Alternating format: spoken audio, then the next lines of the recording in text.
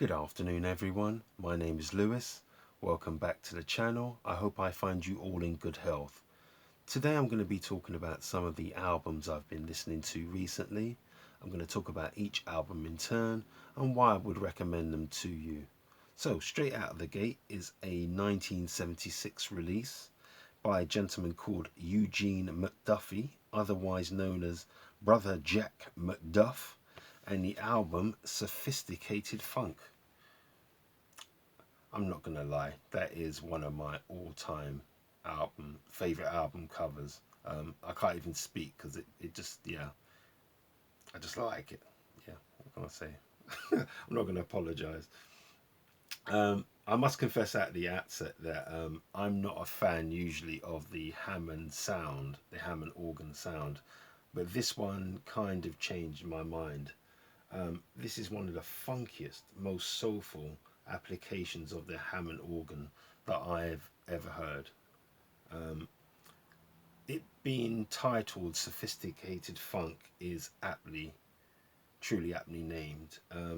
Compared to the more raw sound championed by other artists of the era in which this was released, this album benefits from more complex orchestrations.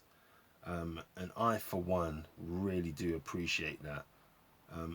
It's a stonker. It really is. It's a really enjoyable journey.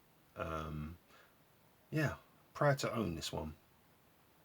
The three tracks that I would recommend from this album would be Dit Da Dit, Juju, and Electric Surfboard.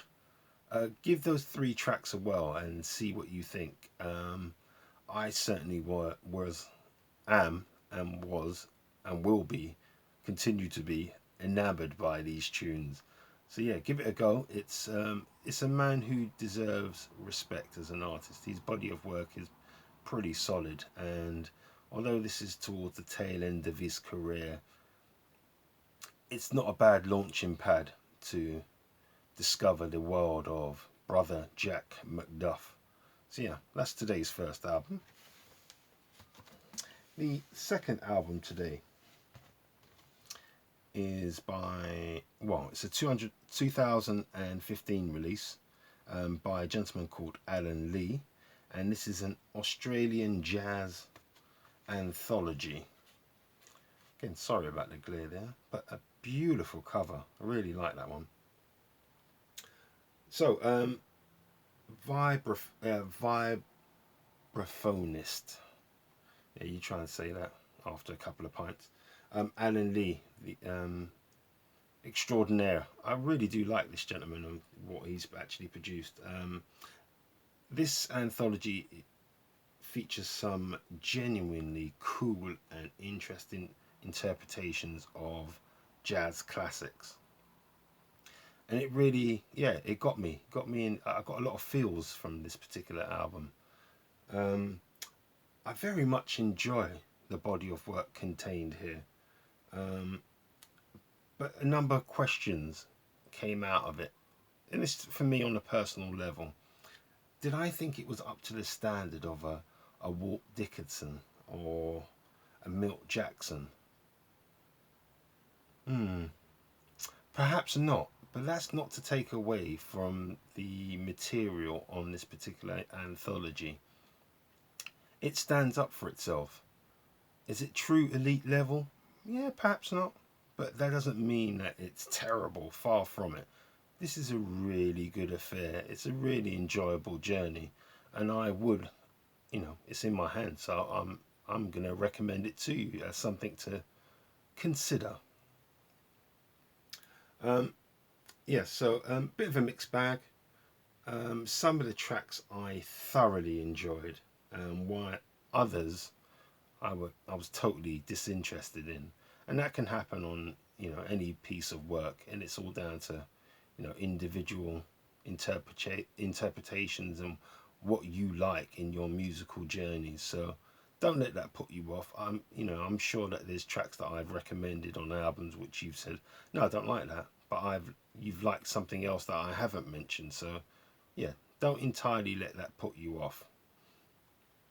Um, this anthology is made up of three previously released albums, and the albums were the Alan Lee Quartet from 1973, the Alan Lee Quartet Gallery Concert from the same year, and Smiler or Smiller from 1974. So yeah, they did pick out some really good highlights here. So the three tracks that I would recommend from this particular anthology would be Sunflower, Love Song, and Enchanted Lady. Give those three a go. On vinyl, it was around the £20 mark, so you might want to think of that beforehand. Certainly cheaper on CD, but have a listen to it first on one of the streaming sites. See what you think. See if it resonates with you. Um, I don't regret buying it. I think it was slightly too expensive for what it is. Um, but yeah, that's just a decision I came to make as an individual. When I actually heard it, it's like I want it. So yeah, um, as I said, slightly expensive for what it is. But again, it's an artist who's got a really interesting backstory and does deserve some of your respect. So check him out and check out some of his earlier albums. See if they, you know, fit into your taste. The third album today, and by no means least, is a 1974 release, and it's the self-titled Dom Romao. Yeah, that's got a lot of. Sorry about the fingerprints as well as the glare. I'll try and eliminate that if I can, but I don't think I'm going to be able to. Beautiful album cover. I do like that. This is Dom Romao's second album. Drummer, percussionist extraordinaire. This particular album represents samba from the streets. It's an exhilarating, gutsy, and powerful album, and in part is a response to the commercialization, the Americanization, and the dilution of traditional Brazilian sound by American artists. Well, some of them were Brazilian as well, but certainly the more commercial aspects of music got hold of Brazilian music and tried to turn it into their own plaything. And artists such as Jobim Mendes, Herbie Mann, Nat Adderley, no, it's Cannonball Adderley as a matter of fact, all gave their own interpretations to it. And this is kind of like a response to that. It's saying, yeah, you could listen to that, but if you want the authentic thing, have a listen to this. So the notables on this particular album are Suvessa on piano and guitar, big name in Brazil, yeah, like a legendary name. Lloyd McNeil on flute. I've introduced him to you in earlier episodes. João Donato, a legendary composer as well as piano and harpsichord player. Stanley Clarke on bass, which I was really surprised at. Yeah, that's a powerful group on here, and when you hear the following tracks that I recommend, you're gonna say to yourself, well, it all makes sense now. I would go with the following tracks from this album: Dom's Tune, Ponteo, and Adios Maria Fulo.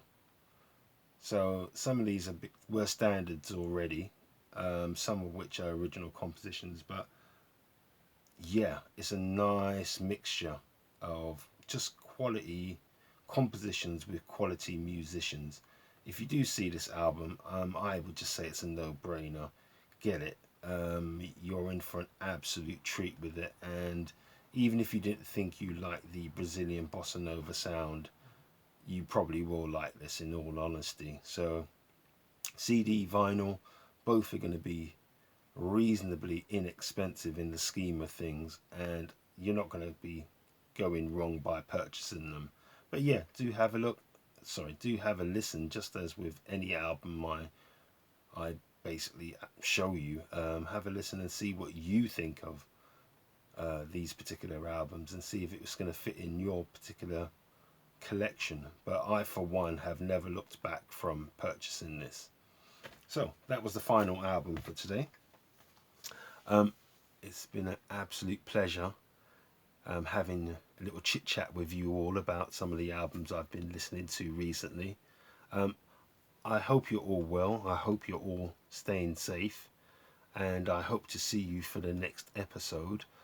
If you've enjoyed the content, please consider subscribing, liking, and sharing, and feel free to, make a comment down below.